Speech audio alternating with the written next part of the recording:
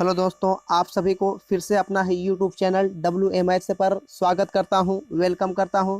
जैसा कि आप सभी साथियों को मालूम है कि हमारे इस चैनल के माध्यम से लगातार साइंस का क्रैश कोर्स चल रहा है।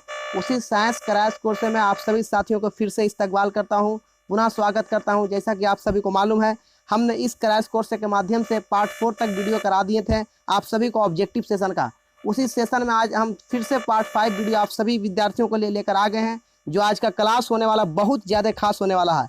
जैसा कि आप सभी विद्यार्थियों को मालूम है कि 10वां का एग्जाम बहुत ही करीब आ गया है। उसी को देखते हुए इस सेशन में, इस वीडियो में हम लगातार निरंतर क्लासेस ऑब्जेक्टिव की चला रहे हैं, जो साइंस का चल रहा है क्लास 10वां के विद्यार्थियों के लिए।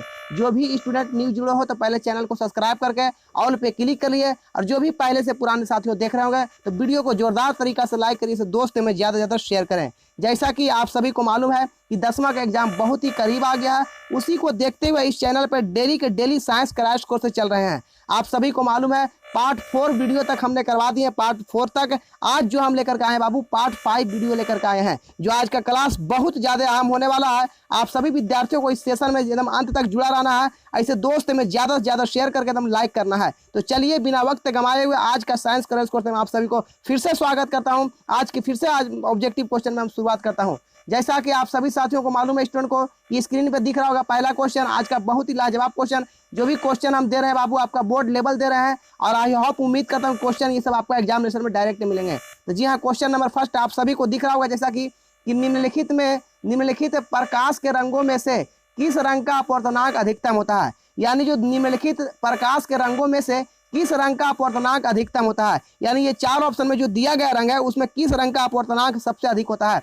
ऑप्शन ए में दिया हुआ लाल रंग का, ऑप्शन बी में पीला रंग का, ऑप्शन सी में हरा रंग का, ऑप्शन डी में बैगनी रंग का। आप सभी स्टूडेंट को आंसर लगाना है क्वेश्चन नंबर 1 का। तो क्वेश्चन नंबर 1 का आंसर हो जाएगा बाबू कि निम्नलिखित प्रकाश के रंगों में से किस रंग का अपवर्तनांक अधिकतम होता है। तो सबसे ज्यादा अपवर्तनांक जो होता है बाबू वो बैगनी रंग का होता है। किसका होता है? बैगनी रंग का। जो भी स्टूडेंट क्वेश्चन नंबर फर्स्ट का ऑप्शन डी चॉइस करता है उसका बिल्कुल करेक्ट हो जाएगा क्वेश्चन नंबर 1 का। बैगनी रंग का अपवर्तनांक तो जो होता है बहुत अधिक होता है। एक क्वेश्चन और बनता है सर कि तरंगदैर्घ्य किसका अधिक होता है। ये भी बहुत ज्यादा फेमस क्वेश्चन तुम्हारा ये बोर्ड लेवल के लिए। तो किस रंग का तरंगदैर्घ्य अधिक होता है? तो लाल रंग का तरंगदैर्घ्य अधिक होता है। ये दोनों का आई होप, उम्मीद करता हूं सर क्वेश्चन 1 समझ में आया सभी को। ये सब क्वेश्चनों का आप याद करते जाइए, आपके पास समय बहुत कम है। ऑब्जेक्टिव का सेशन डेली की डेली हमारे क्लासेस में चल रहा है। आप सभी को जुड़ करके इस सेशन से ज्यादा लाभ उठाइए ताकि आप अच्छा कर पाइएगा ऑब्जेक्टिव में। आप किसी को घबराने की बात नहीं है। आप गरीबों का चैनल आ गया बाबू, इसमें आपको किसी को डाउट नहीं होना चाहिए, क्योंकि जैसा कि आप सब क्वेश्चन नंबर 2 पे हम बात करने वाले हैं। बहुत लाजवाब क्वेश्चन है क्वेश्चन नंबर 2, एकदम VVI करके सब याद कर जाइए। सब क्वेश्चन को आपका एकदम very important question board level का एकदम करवा रहे हैं बाबू।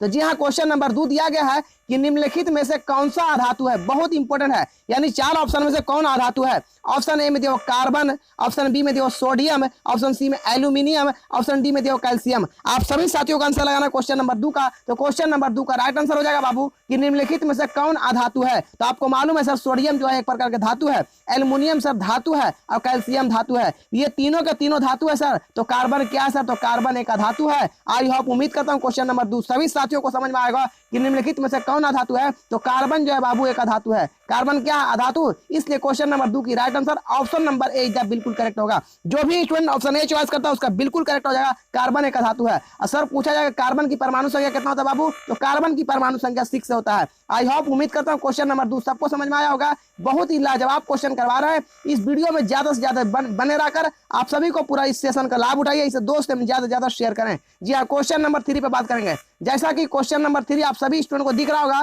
क्वेश्चन नंबर 3 बहुत इंपॉर्टेंट तुम्हारा बाबू कि CO2 एक है, यानी CO2 क्या है। ऑप्शन ए में दिया अम्लीय है, ऑप्शन बी में दिया क्षारीय है, ऑप्शन सी में दिया लवण है, ऑप्शन डी में दिया अनिश्चित है। आप सभी को आंसर लाना क्वेश्चन नंबर 3 का। तो क्वेश्चन नंबर 3 को बताना है बाबू CO2 क्या है। तो CO2 को तो मालूम है बाबू, कार्बन डाइऑक्साइड एक गैस है। तो ये गैस कैसा होते हैं? अम्लीय होते हैं, क्षारीय होते हैं या लवण होते हैं? इसका आंसर लगाना क्वेश्चन नंबर 3 का। तो क्वेश्चन नंबर 3 का राइट आंसर हो जाएगा बाबू कि CO2 एक क्या है। तो CO2 एक प्रकार के बाबू अधातु है। अब अधातु जो होते हैं उनका ऑक्साइड अम्लीय होता है। अधातु का ऑक्साइड जो होता है बाबू वे अम्लीय होता है, क्योंकि कार्बन एक प्रकार का अधातु है और कार्बन डाइऑक्साइड है। तो कार्बन डाइऑक्साइड जो होता है बाबू अम्लीय कहलाता है। हम आप सभी को एकदम उम्मीद करता हूं सर क्वेश्चन नंबर 3 समझ में आया होगा कि CO2 एक क्या है। तो CO2 एक अम्लीय पदार्थ है। कैसा है सर? अम्लीय है। इसलिए क्वेश्चन नंबर 3 की right answer option number A बिल्कुल करेक्ट होगा। अब हम नेक्स्ट क्वेश्चन नंबर 4 पे बात करने वाले हैं। जी हाँ, इस सेशन को ज्यादा से ज्यादा शेयर करके सभी विद्यार्थियों को जानकारी दीजिए। अब हमारे ऑब्जेक्टिव का क्लासेस डेली के डेली चल रहा है, इससे जो पढ़ लेगा बाबू अच्छा कर पाइएगा आप एग्जामिनेशन में। क्वेश्चन नंबर 4 है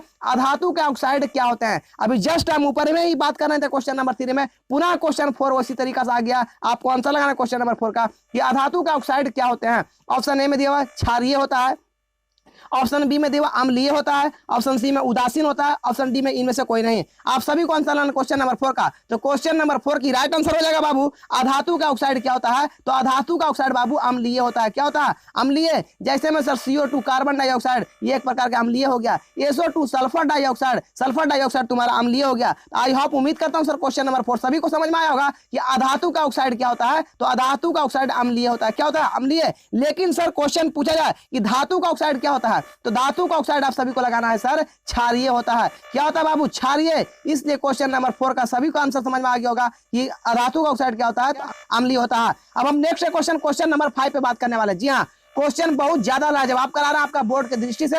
आई होप उम्मीद करता हूं सर इसको जो पढ़ लेगा इस सेशन को ज्यादा से ज्यादा नंबर एग्जाम में उठा पाएंगे। क्वेश्चन नंबर 5 आ गया, बहुत इंपॉर्टेंट क्वेश्चन तुम्हारा, एकदम VVI करके ये सब क्वेश्चनों को याद कर जाना। वेरी वेरी इंपॉर्टेंट क्वेश्चन तुम्हारा। क्वेश्चन नंबर 5 है बाबू, बहुत लाजवाब क्वेश्चन हम करवा रहे हैं। क्वेश्चन नंबर 5 है कि कॉपर पाइराइट होगा। देखो थोड़ा सा मिस्टेक है, पाइराइट नहीं होगा, बी को काटना है, बहुत मिस्टेक यहाँ मिस प्रिंटिंग किया हुआ है। तो क्वेश्चन नंबर 5 हो जाएगा बाबू ये कॉपर पाइराइट। इसको पढ़ेंगे, क्या पढ़ेंगे? कॉपर पाइराइट है, ये बहुत फेमस क्वेश्चन है। कॉपर पाइराइट अयस्क है, यानी कॉपर पाइराइट किसका अयस्क है। क्वेश्चन नंबर 5 है बाबू कि कॉपर पाइराइट किसका अयस्क है। ऑप्शन ए में दिया तांबा का, ऑप्शन बी में दिया लोहा का, ऑप्शन सी में सल्फर का, ऑप्शन डी में दिया इनमें से कोई नहीं। क्वेश्चन नंबर 5 का सभी स्टूडेंट आंसर लगाइए कि कॉपर पाइराइट किसका अयस्क है। तो कॉपर पाइराइट जो है बाबू यानी कॉपर पाइराइट अयस्क है, यानी क्वेश्चन नंबर 5 का मतलब है कॉपर पाइराइट अयस्क है। किसका अयस्क है? तो कॉपर पाइराइट जो है तांबा का अयस्क है। बहुत इंपॉर्टेंट क्वेश्चन नंबर 5 है, इसे VVI करके तुम याद कर जाओ, बार बार इसको एग्जामिनेशन में पूछ रहे हैं। तो क्वेश्चन नंबर 5 की right answer option number A बिल्कुल करेक्ट है। कॉपर पाइराइट किसका अयस्क है? तो तांबा का है बाबू। आई होप उम्मीद करता हूं क्वेश्चन नंबर 5 सबको समझ में आया होगा। अब हम नेक्स्ट क्वेश्चन नंबर 6 पे बात करें। वीडियो का एकदम जोरदार तरीका से सभी को बनाना है, किसी को छोड़कर नहीं जाना है, एकदम लाजवाब आपका क्वेश्चन दे रहे हैं बाबू। उम्मीद है ये सब क्वेश्चन आपका एग्जामिनेशन में मिलेंगे। क्वेश्चन नंबर 6 है बाबू, बहुत इंपॉर्टेंट। मनुष्य में प्रमुख उत्सर्जी अंग है, यानी मनुष्य के अंदर प्रमुख उत्सर्जी अंग किसे कहा गया है। ऑप्शन ए में कहा था रक्त को, ऑप्शन बी में जो श्वेत ग्रंथि को, ऑप्शन सी में वीर्य को, ऑप्शन डी में अग्नाशय को। आप सभी को आंसर मालूम है क्वेश्चन नंबर 6 का। तो क्वेश्चन नंबर 6 की राइट आंसर मनुष्य में प्रमुख उत्सर्जी अंग क्या है, तो वे जो है बाबू वीर्य है। यानी मनुष्य के अंदर प्रमुख उत्सर्जी अंग यानी सर उत्सर्जी अंग किसे कहेंगे, तो वैसा अंग जिसे के माध्यम से मनुष्य द्वारा अपशिष्ट पदार्थ को बाहर निकाला जाता है, उसी को उत्सर्जी अंग कहते हैं सर। आप सभी को मालूम होगा सर। तो उत्सर्जी अंग मनुष्य का प्रमुख जो है बाबू वीर्य है। क्या है? वीर्य। अब वीर्य को इंग्लिश में किडनी बोलते हैं सर, वीर्य को इंग्लिश में किडनी बोलते हैं। आई होप क्वेश्चन नंबर 6 आप सभी को मालूम हो गया सर कि क्वेश्चन नंबर 6 का राइट आंसर मनुष्य का प्रमुख उत्सर्जी अंग जो है बाबू वीर्य है। क्या है? वीर्य। क्वेश्चन नंबर 6 की right answer option number C बिल्कुल करेक्ट है। जो भी स्टूडेंट ऑप्शन सी चॉइस करता है उसका बिल्कुल करेक्ट होगा। अब हम नेक्स्ट क्वेश्चन नंबर 7 पे बात करने वाले। जी हाँ, क्वेश्चन नंबर 7 बहुत ही लाजवाब क्वेश्चन तुम्हारा है। ये बोर्ड में पूछा गया क्वेश्चन आप सभी को है बाबू, एकदम याद करते जाइए सब क्वेश्चन को। क्वेश्चन नंबर 7 दिया हुआ है प्रकाश संश्लेषण के लिए निम्न में से कौन से कच्चे पदार्थ की आवश्यकता नहीं है। यानी जब प्रकाश संश्लेषण की प्रक्रिया होता है हरे पेड़ पौधे में, तो उनमें से कहा गया कि किस प्रकार का किस पदार्थ का आवश्यकता नहीं है। तो क्वेश्चन नंबर 7 है सर कि प्रकाश संश्लेषण के लिए निम्नलिखित में से कौन कच्चे पदार्थ की आवश्यकता नहीं है। ऑप्शन ए में दिया कार्बन डाइऑक्साइड, ऑप्शन बी में दिया ऑक्सीजन, ऑप्शन सी में दिया जल, ऑप्शन डी में दिया क्लोरोफिल। क्वेश्चन नंबर 7 का सभी साथियों आंसर लगाइए। तो आपको मालूम है सर कि प्रकाश संश्लेषण के लिए कार्बन डाइऑक्साइड की भी आवश्यकता होती है, प्रकाश संश्लेषण के लिए सर जल का भी आवश्यकता होती है, प्रकाश संश्लेषण के लिए सर क्लोरोफिल की भी जरूरत है, लेकिन सर ऑक्सीजन की जरूरत नहीं होती है। इसलिए क्वेश्चन नंबर 7 की right answer option number B बिल्कुल करेक्ट हो जाएगा कि प्रकाश संश्लेषण के लिए कौन से कच्चे पदार्थ की आवश्यकता नहीं है। तो जल का आवश्यकता नहीं होता है, प्रकाश संश्लेषण ऑक्सीजन का किसका नहीं होता सर, ऑक्सीजन का। इसलिए क्वेश्चन नंबर 7 की right answer option number B बिल्कुल करेक्ट होगा। आई होप क्वेश्चन नंबर 7 आप सभी साथियों को समझ में आएगा। अब हम नेक्स्ट क्वेश्चन नंबर 8 पे बात करने वाले हैं। जी हाँ, क्वेश्चन बहुत लाजवाब आपका बाबू, ये सभी को याद करते जाइए। आपके पास समय मात्र 1.5 से 2 महीना का रहा है, यही सब आप पढ़िएगा तो आप अच्छा कर पाइएगा एग्जामिनेशन में। जी हाँ, क्वेश्चन नंबर 8 देखिएगा, शरीर में सबसे छोटी रक्त वाहिनियां क्या है। ऑप्शन ए में देखो धमनी को बोलते हैं, ऑप्शन बी में देखो कोशिकाएं को, ऑप्शन सी में शीरा, ऑप्शन डी में देखो वैनकाओं को। आप सभी को आंसर लगाना क्वेश्चन नंबर 8 का कि शरीर में सबसे छोटी रक्त वाहिनियां क्या है। तो सबसे छोटी रक्त वाहिनियां जो है बाबू वैनाकाम है, वैनाकाम। इसलिए क्वेश्चन नंबर 8 की right answer option number D बिल्कुल करेक्ट है, वैनाकाम। काउंट, ठीक है बाबू। क्वेश्चन नंबर 8 शरीर में सबसे छोटी रखते बहने जो है वो वाइना काउ है, वाइना काउ, इसलिए क्वेश्चन नंबर 8 की right answer option number D the बिल्कुल करेक्ट है। आई होप क्वेश्चन नंबर 8 सबको समझ में आया। क्वेश्चन नंबर 9 पे बात करते हैं। जी हाँ, क्वेश्चन नंबर 9 बहुत इंपॉर्टेंट तुम्हारा ये VVI क्वेश्चन है, एकदम वेरी वेरी इंपॉर्टेंट करके इसको याद करिए। क्वेश्चन नंबर 9 का क्वेश्चन नंबर 9 है बाबू आपका, पुष्पीय पौधों में लैंगिक जनन किसके द्वारा होता है? ऑप्शन ए में दिया पत्तियों द्वारा, ऑप्शन बी में तने द्वारा, ऑप्शन सी में दिया फूलों द्वारा, ऑप्शन डी में बीज द्वारा। आप सभी को आंसर लगाना क्वेश्चन नंबर 9 का। तो क्वेश्चन नंबर 9 की राइट आंसर हो जाएगा कि पुष्पीय पौधे में लैंगिक जनन किसके द्वारा होता है? तो वे जो होता है बाबू पुष्पीय पौधे में लैंगिक जनन की जो क्रिया होता है बाबू फूलों द्वारा होता है। किसके द्वारा? फूलों के द्वारा। इसलिए क्वेश्चन नंबर 9 की right answer option number see the बिल्कुल करेक्ट है। ये सब क्वेश्चनों का आप याद करते जाइए, यही सब क्वेश्चन आपका बोर्ड एग्जाम में पूछे जाते हैं। जो हम क्वेश्चन करवा रहे हैं सर, ये आपका क्वेश्चन बैंक से हम करवा रहे हैं। ये सब क्वेश्चन रिपीटेशन क्वेश्चन है, पूछा गया एग्जाम में क्वेश्चन है। जी हाँ, क्वेश्चन नंबर अब हम 10 पे बात करेंगे। जी हाँ, क्वेश्चन नंबर 10 जैसा कि आप सभी साथियों को मालूम है सर कि फूल का कौन सा भाग फल बनता है? आप सभी को लगाना है क्वेश्चन नंबर 10 का। क्वेश्चन नंबर 10 है कि फूल का कौन सा भाग फल में बदलता है? ऑप्शन ए में दिया पुंकेसर, ऑप्शन बी में दिया स्त्री केसर, ऑप्शन सी में दिया अंडाशय, ऑप्शन डी में दिया बीज। आप सभी को आंसर लगाना क्वेश्चन नंबर 10 का। तो क्वेश्चन नंबर 10 की राइट आंसर हो जाएगा बाबू कि फूल का कौन सा भाग जो है बाबू फल में बदलता है? वे जो बदलता है बीज बदल देता है। फूल का कौन सा भाग? तो बीज जो है बाबू यही फल में बदलता है। आई होप उम्मीद करता हूँ क्वेश्चन नंबर 10 आप सभी स्टूडेंट को समझ में आएगा कि फूल का कौन सा भाग फल में बदलता है बाबू? तो बीज बदलता है। क्या बदलता है? बीज। इसलिए क्वेश्चन नंबर 10 की right answer option number D the बिल्कुल करेक्ट होगा, बीज। जो भी स्टूडेंट ऑप्शन डी चॉइस करता है उसका बिल्कुल करेक्ट है। अब हम नेक्स्ट क्वेश्चन नंबर 11 पे बात करेंगे। वीडियो को छोड़कर नहीं जाना, 11 से 12 क्वेश्चन आपका इस ऑब्जेक्टिव सेशन का है, इसको बहुत ज्यादा अच्छा कर पाइएगा सभी साथियों, पूरा देख लेना है। क्वेश्चन नंबर 11 आप सभी को लिया गया कि मानव मादा में निषेचन कहाँ होता है? ऑप्शन मानव मादा में निषेचन कहाँ होता है? ऑप्शन ए में दिया गर्भाशय में, ऑप्शन बी में दिया अंडाशय में, ऑप्शन सी में दिया योनि में, ऑप्शन डी में दिया फलैपियन नलिका में। आप सभी को आंसर लगाना क्वेश्चन नंबर 11 का। तो क्वेश्चन नंबर 11 की राइट आंसर जो मानव जो होता है मादा में जो निषेचन की क्रिया होता है बाबू वे फलैपियन नलिका में होता है। किसमें होता है? फलैपियन नलिका में। आई होप क्वेश्चन नंबर 11 का सभी साथियों को आंसर समझ में आ गया होगा। क्वेश्चन नंबर 11 की right answer option number D the बिल्कुल करेक्ट होगा। जो मानव होता है उसमें मादा में निषेचन की प्रक्रिया कहाँ होता है? तो वे जो होता है बाबू फैलोपियन नलिका में होता है। कहाँ होता है? फलैपियन नलिका में। इसलिए क्वेश्चन नंबर 11 की right answer option number D the बिल्कुल करेक्ट होगा। आई होप समझ में आया होगा आप सभी साथियों को। क्वेश्चन नंबर हम 12 पे बात करेंगे। इस